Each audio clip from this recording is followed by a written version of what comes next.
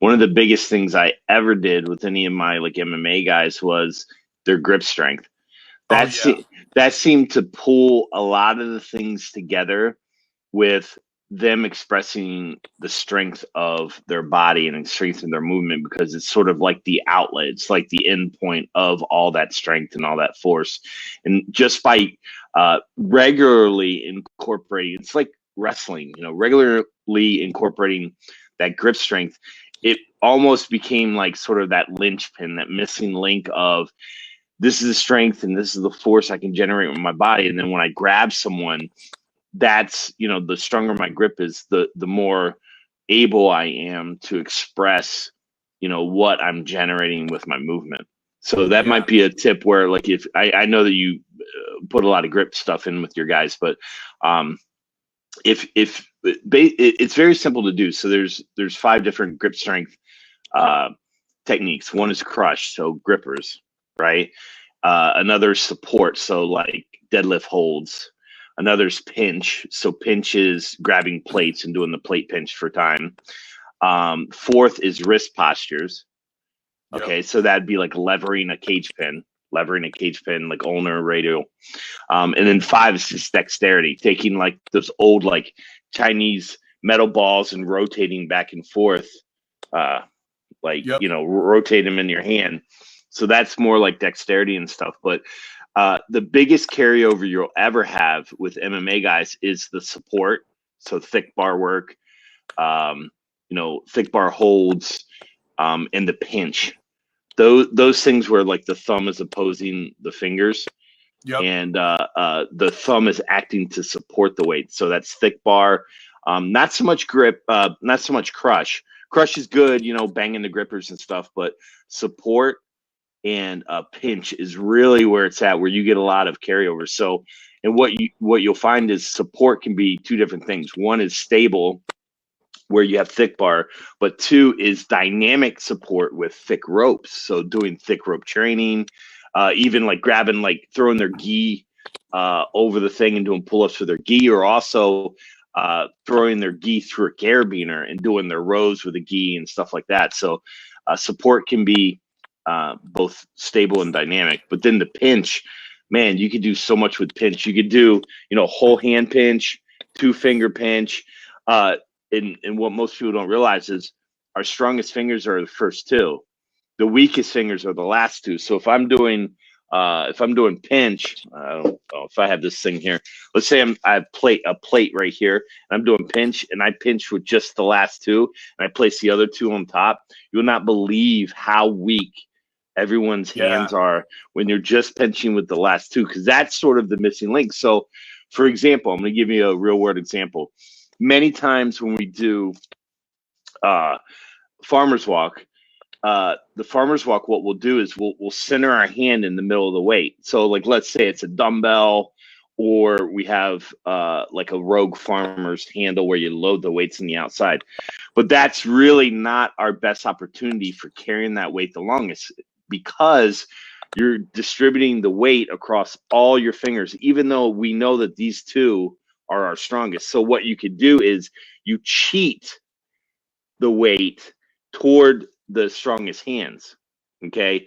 And then you take away sort of the need for, those last 2. Those last 2 would be sort of like, the weight will dip for sure, but you'll have a stronger grip for a longer time. So kind of messing around with balancing the weight, not necessarily in the middle of the hand, but cheating toward the stronger fingers will really give you a lot more time under tension for the hand.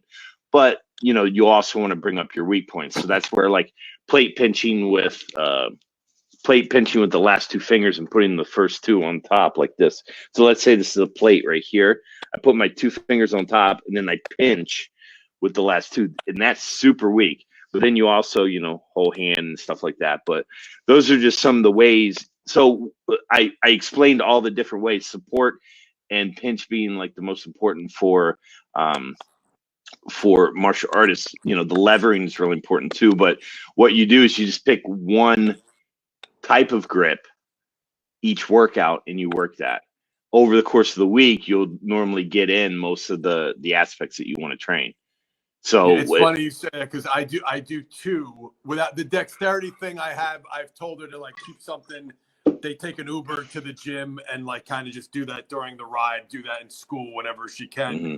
But we train 2 full body workouts a week, so I do 2 one day and then 2 the other. So like today we did rows with the gi, and then we did the farmer's walk, more of a static hold, a farmer's walk variation to finish, which is funny. And then like we'll do the 2 other types of grip on full body workout number 2 to kind of hit all that different stuff. But we got the gi rows, the thick rope pulls, the static flexed arm hang, flat static chin up holds, all that. I actually have from the old Iron Mind catalogs a thick handled lever thing that you can do like ulnar flexion and do different. It's a little, it's meant for that. Like I know you could use, there's a bunch of different things you could use, but that has a good feel to it.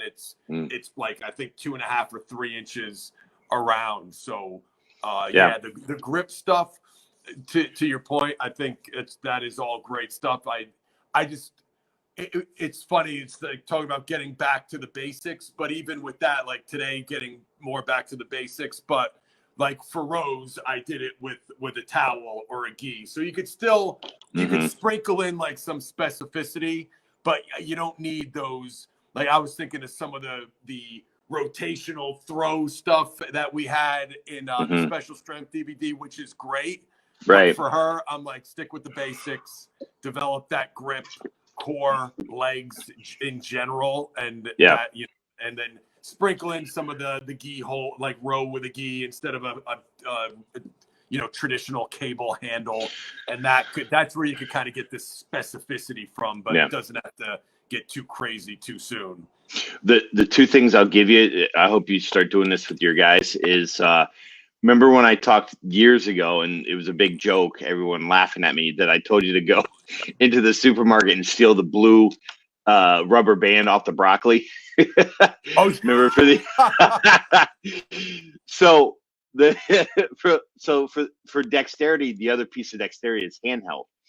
They should be doing all day long finger extensions, crush those everywhere. And the second thing is go out, buy a pack of tennis balls, and have them carry the tennis ball in their pocket all day long, and they should be crushing that tennis ball, all angles, crushing with their 2 fingers, crushing with the last 2 weakest fingers, crushing with a claw grip, crushing with a support grip, and just crushing hundreds of reps of crushing that tennis ball. Just tell them, listen, by the end of fight camp, I want you to pop this tennis ball. That's how much I want you working.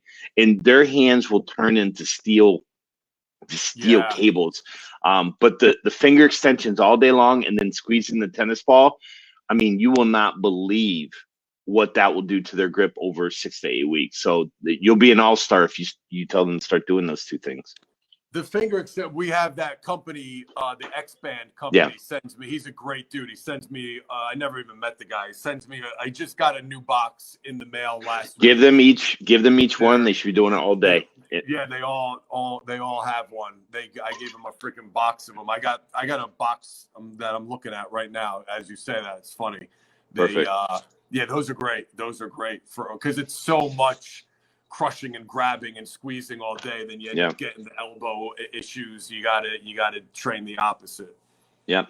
So that'll work really well. But yeah, I mean, over the years, I mean, it's really it's very surprising, not surprising, but it's just very, I've never seen it go wrong if you constantly incorporate some type of grip into their training, because it really is that missing link. If you think like when whatever they generate with their body, strength, power, speed, explosiveness, all these things, it expresses through the hands, especially for any type of sport. So the grip is really the missing link. And the funny thing is, they wouldn't get stronger